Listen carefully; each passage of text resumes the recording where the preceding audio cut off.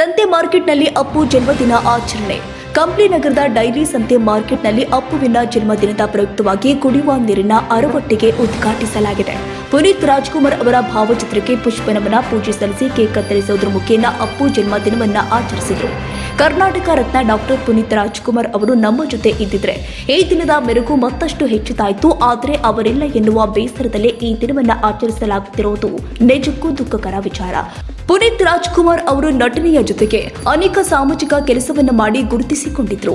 ರಾಜ್ಯದ ವಿವಿಧ ಕಡೆಯಲ್ಲಿ ಅಪ್ಪು ಅಭಿಮಾನಿ ಬಳಗದಿಂದ ಸಾಮಾಜಿಕ ಕಾರ್ಯವನ್ನು ಮಾಡ್ತಾ ಇದ್ದಾರೆ. ನಾವೆಲ್ಲರೂ ಕೂಡ ಅಪ್ಪು ಅವರ ಹಾದಿಯಲ್ಲಿ ನಡೆಯಬೇಕು ಅಂತ ಮುಖಂಡರು ಆದ ಸಿಆರ್ ಹನುಮಂತ ಅವರು ಹೇಳಿದ್ದಾರೆ.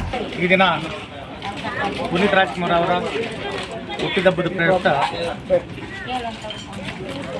10ನೇ ವಾರ್ಡು ಮತ್ತು ಈ ಒಂದು ಯುವಕರೆಲ್ಲ ಸೇರಿ ಈ ದಿನ ಈ ಬೇಸಿಗೆ ಕಾಲದಲ್ಲಿ ಕುಡಿಲಿಕ್ಕೆ ನೀರಿನ ಅನುಕೂಲ ಆಗಲಿ ಅಂತ ಹೇಳಿ ಪುನೀತ್ ರಾಜ್ಕುಮಾರ್ ಅವರ ಹುಟ್ಟಿದಬ್ಬದ ಅಂಗವಾಗಿ ಆತನ ಹೆಸರಿನ ಮೇಲೆ ಕುಡಿ ನೀರಿನ ವ್ಯವಸ್ಥೆ ಅರವಟ್ಟಿಗೆ ಮಾಡಿರ್ತಾರೆ.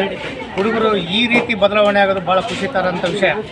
ಯಾಕಂದರೆ ಇವತ್ತು ಯಾರ ಮನೆಗೆ ಅವರಿದ್ರೆ ಸಾಕಾಗೈತೆ, ನಮ್ಗೆ ಯಾಕಪ್ಪ ಎಂಬ ಒಂದು ಇದರಲ್ಲಿ ಇವತ್ತು ಹುಡುಗರೆಲ್ಲ ಕೆಲಸಕ್ಕೆ ಹೋಗೋಂಥ ಸಣ್ಣ ಸಣ್ಣ ಹುಡುಗರೆಲ್ಲ ಸೇರಿ ಈ ಒಂದು ಬೇಸಿಗೆ ಕಾಲದಲ್ಲಿ ನೀರಿನ ಅರವಟ್ಟಿಗೆ ಮಾಡಿದ್ದು ಭಾಳ ಒಂದು ಒಳ್ಳೆಯ ಕಾರ್ಯಕ್ರಮ. ಇಂಥ ಕಾರ್ಯಕ್ರಮಗಳು ಮುಂದಿನ ಯುವಕರು ಸಹ ಇವ್ರನ್ನ ನೋಡಿ ಕಲಿಬೇಕು, ಇಂಥ ಕಾರ್ಯಕ್ರಮಗಳು ಮಾಡಬೇಕಂತೇಳಿ ನಾನು ಹುಡುಗರಲ್ಲಿ ಮನವಿ ಮಾಡ್ತಾ, ಈ ದಿನ ಪುನೀತ್ ರಾಜ್ಕುಮಾರ್ ಬಗ್ಗೆ ಅಷ್ಟು ದೊಡ್ಡವರೇನು ನಾವಲ್ಲ.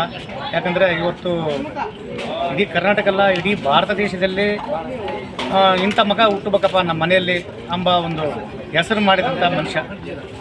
ತಾನು ಕೊಟ್ಟಿದ್ದು ಯಾರಿಗೆ ಗೊತ್ತಾಗದ ಹಾಗೆ ಆತನ ಸಾವಿನ ನಂತರ ಇದು ಗೊತ್ತಾಗಿ ಜನ ಇಷ್ಟೆಲ್ಲ ಆತನ ದೇವರಂತ ಭಾವಿಸಿ ಇವತ್ತು ಆತನ ಸಮಾಧಿ ಹತ್ತಿರ ಈಗಲೂ ದೊಡ್ಡ ಜಾತ್ರೆ ಟೈಪ್ ಮಾರ್ಕೆಟ್ಗಳು ಹಾಕಿ ಎಷ್ಟೋ ಒಂದು 150-200 ಕುಟುಂಬಗಳು ಬದುಕಕತ್ತೇವೆ ಇವತ್ತು.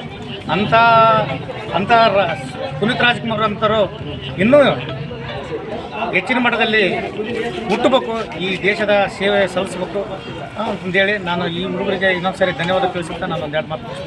ಈ ಸಂದರ್ಭದಲ್ಲಿ ಜಗನ್ನಾಥ್, ಹರೀಫ್, ರಾಮ, ಉಮೇಶ್, ನಾಗೇಶ್, ವಿಶ್ವನಾಥ್, ಮಹೇಶ್, ಕನಕ, ಮಂಜುನಾಥ್ ಮತ್ತು ಅಪ್ಪು ಅಭಿಮಾನಿಗಳು ಉಪಸ್ಥಿತರಿದ್ದರು. ಪುನೀತ್ ರಾಜ್ಕುಮಾರ್ ಅವರು ದೈಹಿಕವಾಗಿ ಇಂದು ನಮ್ಮ ಜೊತೆ ಇರದೇ ಇರಬಹುದು. ಅವರು ಮಾಡಿದ ಕೆಲಸದ ಮೂಲಕ, ಸಿನಿಮಾ ಮೂಲಕ, ಹಾಡಿದ ಹಾಡುಗಳ ಮೂಲಕ ಅವರು ಸದಾ ಜೀವಂತ. ಅವರ ನಗುಮುಖ ಎಂದಿಗೂ ಮಾಸುವಂತದ್ದಲ್ಲ. ರಘುವೀರ್ ಸಿದ್ದಿ ಟಿವಿ ಕಂಪ್ಲಿ.